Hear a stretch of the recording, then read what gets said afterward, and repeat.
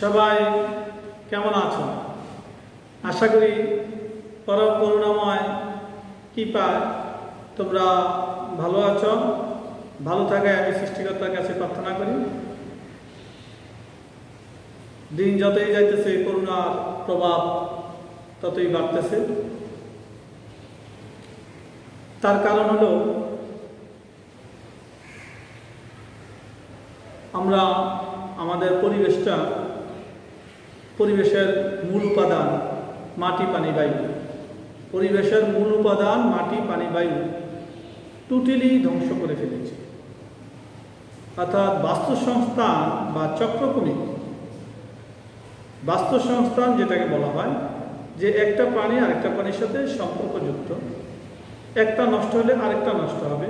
যেহেতু পরিবেশের মূল উপাদান মাটি, পানি, বায়ু আমরা ধ্বংস করে ফেলেছি, জীব বসবাসের অনুপযোগী। অর্থাৎ মানুষের যেই উপাদানগুলো সাহায্যে তার শরীরে প্রোটেক্টর তৈরি করবে সেটা নষ্ট হয়ে গেছে। সেখানে আসলে যে কোনো ধরনের ভাইরাসে মানুষকে কবজা করে ফেলতে পারে, জীবকে কবজা করতে পারে। আমরা মনে করতেছি যে আমরা শুধু মানুষের অসুস্থ। তুমি দেখবা তোমার এলাকায় কুকুরগুলো শরীরের চামড়া কেমন হয়ে গেছে এবং তারা অল্পতে অসুস্থ থাকে। গরুগুলো, ছাগলগুলো, মুরগি খুব দ্রুত দেখবা রোগাক্রান্ত হয়ে যায়। এর কারণ একটাই, কারণ প্রাণী জগৎটা টোটালি নির্ভর করে উদ্ভিদ জগতের উপর। তো উদ্ভিদ বেঁচে থাকলে আমরা বেঁচে থাকবো। যেহেতু আমরা উদ্ভিদকে দূষণ করে ফেলছি, আর উদ্ভিদ বেঁচে থাকে মাটি, পানি, বায়ুর উপর। যেহেতু মাটি, পানি, বায়ু দূষণ হয়ে গেছে, তাহলে উদ্ভিদগুলো দূষণ, আমরা যা খাবো তা আমাদেরকে অ্যাটাক করবে। যাক, আমরা এখন গণিতের একটা নতুন অধ্যায় সরল সমীকরণ গত সপ্তাহে আলোচনা করেছিলাম। গত ক্লাসে এই ক্লাসে আমরা তার উপরে দুইটি অঙ্ক সমাধান করব। আশা করি সবাই মনোযোগ দিয়ে শুনতে পারবে, বুঝতে পারবে। তোমরা একটু খেয়াল করো, আমাদেরকে বলছে x + 5 = 9, খ 4x - 5 = 11। সমাধান করো ও সমাধানের শুদ্ধি পরীক্ষা করো। সমাধান করো, সমাধানের শুদ্ধি পরীক্ষা করো। তাহলে সমাধান মানে কি? ক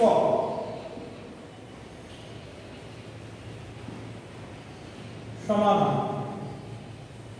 x + 5 = 9। সমাধান করতে হলে আমাদের x + 5 = 9। আমরা আগে দেখেছি যে আমাদের x + 5 - 5 5 - 9 - 5। দেখো বাম পক্ষে যে রাশিটা আছে যদি যোগ থাকে উভয় পক্ষে বিয়োগ করে দিতে হবে। দেখো বাম পক্ষের রাশিটা আমাদের কাজ করতে হবে, কারণ সমীকরণের নিয়ম হলো বাম পক্ষে থাকবে শুধু x মানে চলক রাশি, ডান পক্ষে থাকবে ধ্রুবক রাশি। তোমাদেরকে একটা বিষয় বলা হয়নি যে x কে বলা হয় চলক রাশি, আর সংখ্যাগুলো 1 থেকে 9 1 2 3 4 5 6 7 9 এই সংখ্যাগুলোকে বলা হয় ধ্রুবক রাশি। সংখ্যাগুলোকে বলা হয় ধ্রুবক রাশি। সমীকরণের নিয়ম হলো চলক রাশি সবসময় বামে নিয়ে আসতে হবে বা বামে থাকবে, ধ্রুবক রাশি সবসময় ডান পাশে থাকবে। চলক রাশি সবসময় বাম পাশে থাকবে, ধ্রুবক রাশি সবসময় ডান পাশে থাকবে। যেহেতু x + 5 + 5 একটা ধনাত্মক +5, এর জন্য উভয় পক্ষে আমি মাইনাস করে দিলাম। দেখো -5 বা থাকে x = 4।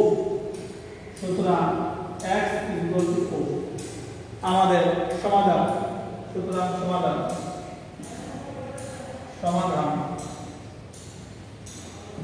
x = 4। এখানে আরেকটা কথা বলছি, সমাধানের শুদ্ধি পরীক্ষা। শুদ্ধি পরীক্ষা এখন আমরা করব শুদ্ধি পরীক্ষা। শুদ্ধি পরীক্ষাটা কি? শুদ্ধি পরীক্ষাটা হলো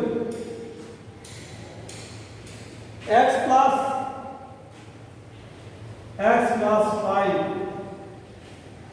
x + 5 সমীকরণে x plus 5 is equal to 9 সমীকরণে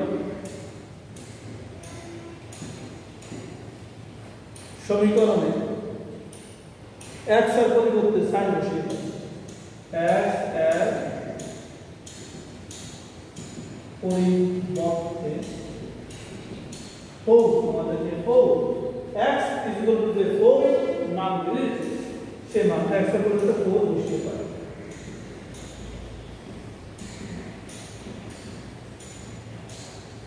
তাহলে বাম পক্ষ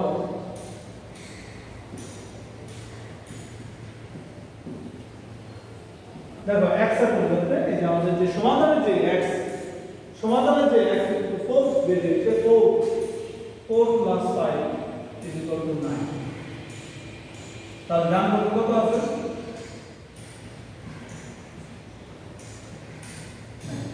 তাহলে দেখো আমাদের কিন্তু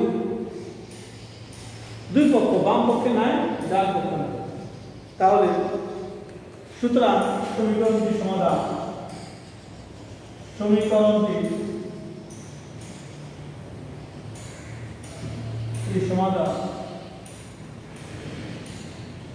শুদ্ধ হয়েছে।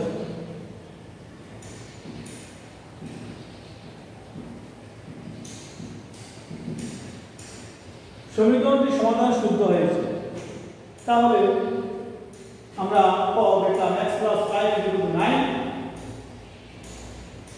সমাধান করলাম x plus 5 is equal to 9 দুই পক্ষে প্লাস 5 minus 5 x 4 আমরা থেকে 5 ধরে তাই 4 5 ধরে লিখে থাকেন। এখন আমাদের সমাধান x equal to 4 সূত্র পরীক্ষা x plus 5 is equal to 9 সমীকরণে x এর পরিবর্তে 4 বসিয়ে পাই। আমরা দেখো বাম পক্ষ x plus 5 x এর পরিবর্তে 4 বসালাম 9, ডান পক্ষ 9। তাহলে সমীকরণের সমাধান শুদ্ধ হয়েছে। তোমরা একটু ভালোভাবে খেয়াল করো, তারপর আমরা দ্বিতীয়টা করব।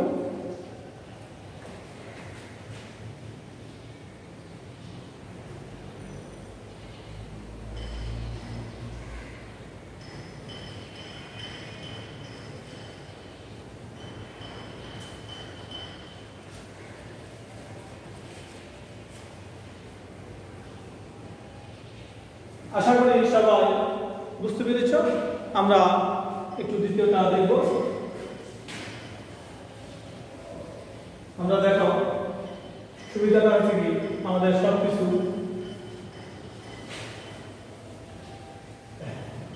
তাহলে আমরা দ্বিতীয়টা একটু দেখি কি আছে।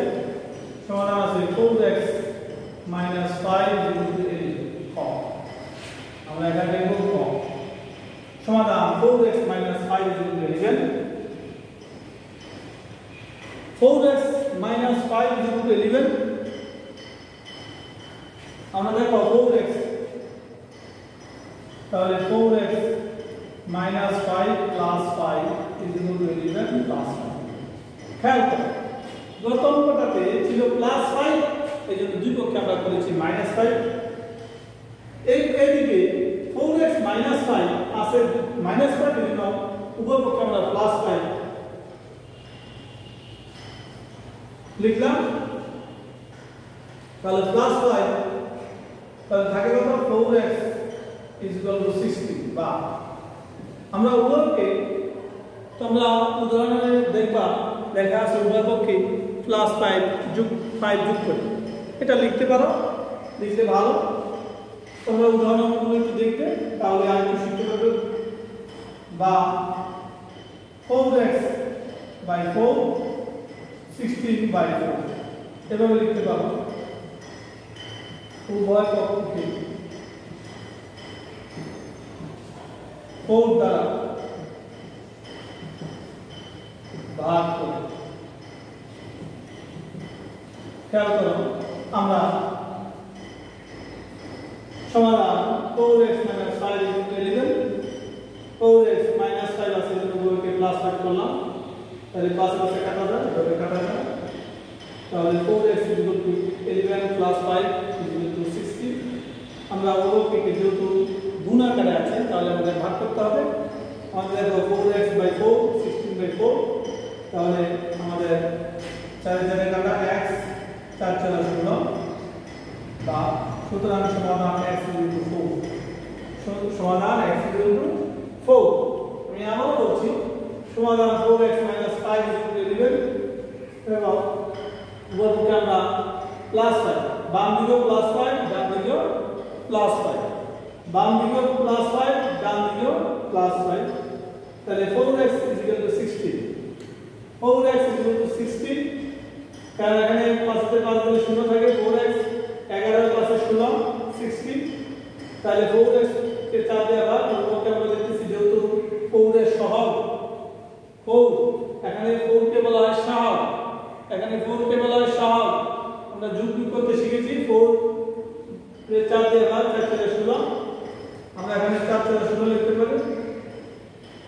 4 4 x = 4 সমাধান x = 4 এখন শুদ্ধি পরীক্ষা সমীকরণে x এর পরিবর্তে সমীকরণে কত সমীকরণে 4x - 5 = 11 সমীকরণে x এর পরিবর্তে 4 বসিয়ে 5 বাম পক্ষ 4x - 5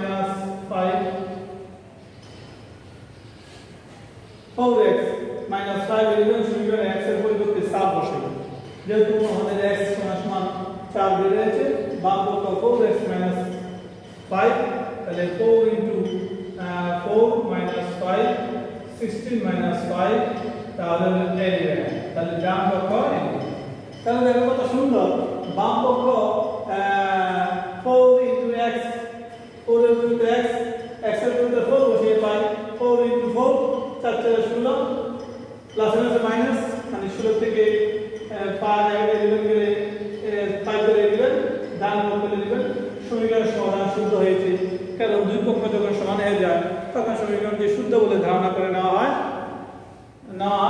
তাহলে তোমরা একটু অঙ্কটা দেখো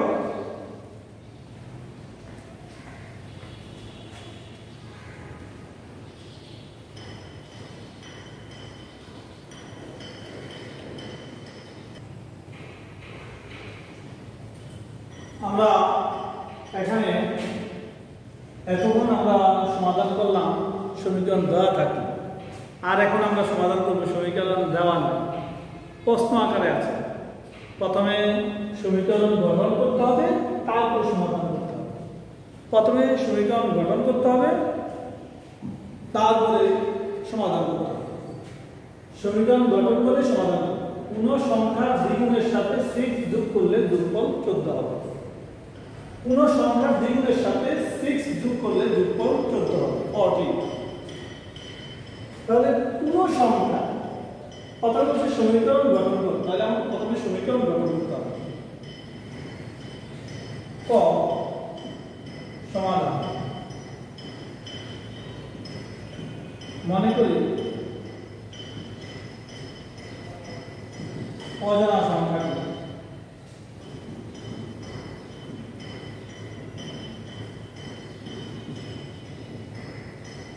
x অজানা সংখ্যাটি কত x কোন সংখ্যাটা আমরা জানি না কোন সংখ্যা তাহলে সংখ্যাটা তো আমি জানি না তাহলে আমরা একটা অজানা সংখ্যা x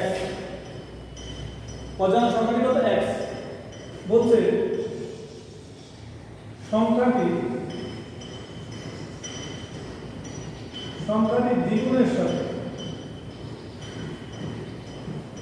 দ্বিগুণের সাথে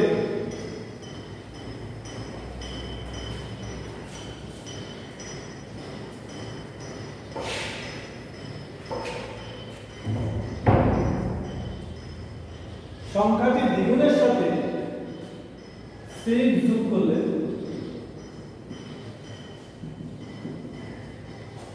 যোগ করলে হবে দ্বিগুণের সাথে 2x plus 6 2x plus 6 2x plus 6 সংখ্যাটি দ্বিগুণের সাথে 2x plus 6 তাহলে প্রশ্ন মতে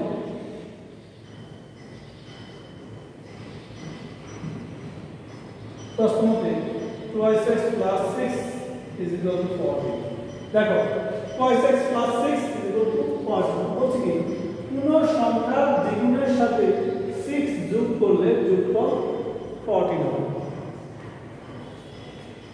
কোনো সংখ্যার 4 গুণের সাথে 3 যোগ করলে যোগফল 23 হবে। আমার বলছে কোনো সংখ্যার 3 গুণের সাথে 6 যোগ করলে 2x plus 6 14, তাহলে 2x plus 6 minus 6 is equal to 14 minus 6। উভয় পক্ষে 6 বিয়োগ করব। এভাবে লিখে দিতে পারো, তাহলে 2x is equal to 8। এখন আমরা কি করব, 2x by 4, 2x by 2, 8 by 2 উভয় পক্ষে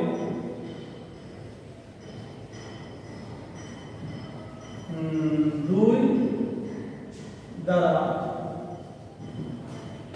ভাগ করব।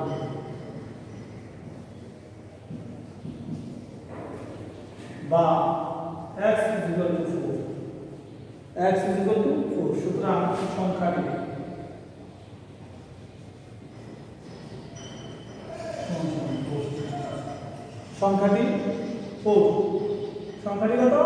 4। সবাই একটু ভালো করে খেয়াল করো।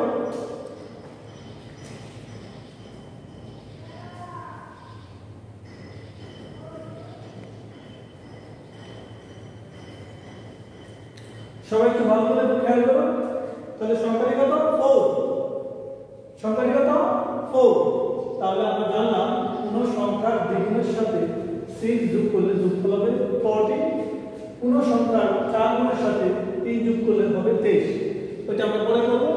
আমরা প্রথমে আমরা এটা বুঝতে পেরেছি, আশা করি সবাই একটু খেয়াল করো।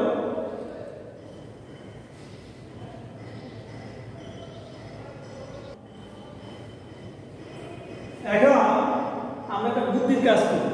বুদ্ধির কাজ কেমন দেখো, প্রস্তাবিত একরকম। এটা বলছে কোন সংখ্যা দ্বিগুণের সাথে 6 যোগ করলে যোগফল 14 হবে। আবার এটা বলছে কোন সংখ্যা 4 গুণের সাথে 3 যোগ করলে যোগফল 23 হবে। তাহলে আমরা একইভাবে করে নিতে পারি। এখনো কিন্তু আমরা সংখ্যাটা জানি না, মনে করি অজানা সংখ্যাটি হলো x, কয় গুণের সাথে? 4 গুণের সাথে, 4 গুণের সাথে 3 যোগ করলে হবে 4x plus 3। দেখো সংখ্যাটি 4 গুণের সাথে 3 যোগ করলে যোগফল হবে 4x plus 3। তাহলে প্রশ্নতে 4x plus 3 = 23। তাহলে 4x plus 3 minus 3, 23 minus 3। ওকে 3 বিয়োগ করি। দেখো প্লাস 3 আছে, ওকে মাইনাস 3 বিয়োগ করলাম। প্লাস 3 আছে, ওকে মাইনাস 3 বিয়োগ করলাম। তাহলে 4x is equal to 20, 4x by 4, 20 by 4, ওকে 5 দ্বারা ভাগ করে 4 দ্বারা ভাগ করে, তাহলে x is equal to 5। সংখ্যাটি হলো 5। তাহলে সংখ্যাটি আমাদের হলো 5। কত হবে? 5। কত সংখ্যাটি হবে? 5। খেয়াল করো, আশা করি সবাই বুঝতে পেরেছ।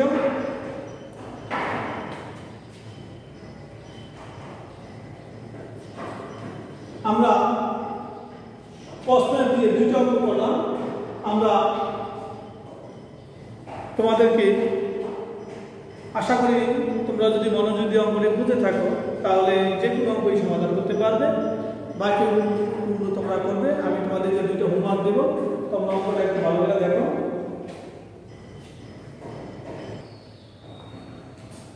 তোমাদের জন্য 2টা হোমওয়ার্ক দেওয়া হলো। হোমওয়ার্কটা হলো সমীকরণ গঠন করে সমাধান করো। কোন সংখ্যার 7 গুণের সাথে 4 যোগ করলে যোগফল হবে 18। খ কোন সংখ্যা 5 গুণের সাথে 3 যোগ করলে যোগফল হবে 23। আশা করি তোমরা অঙ্ক 2টা সমাধান করতে পারবে। তো আমার আবারও কথা, তোমাকে এই পৃথিবীটাকে একটা পরিবার ভাবতে হবে। প্রত্যেকটা প্রাণী গরু, ছাগল, হাঁস, মুরগি, গাছ, প্রত্যেকটা পরিবারই তোমার পরিবারের সদস্য। নেটওয়ার্কের যুগে সারা পৃথিবীতেই আমার হাতের মুঠোয়, একটা মোবাইলের মধ্যে সারা পৃথিবীটা সম্পর্কে জানা যায়। তাহলে সারা পৃথিবীটাই আমার। এই জন্য আমি প্রত্যেক ছাত্র এবং পরিবারের বাবা মাকে অনুরোধ করব, আপনারা পলিথিন সম্পূর্ণরূপে বর্জন করুন, ক্যান্সার মুক্ত বিশ্ব করুন। সবাইকে ধন্যবাদ জানিয়ে আজকের মতো এখানে শেষ করলাম। সবাইকে ধন্যবাদ।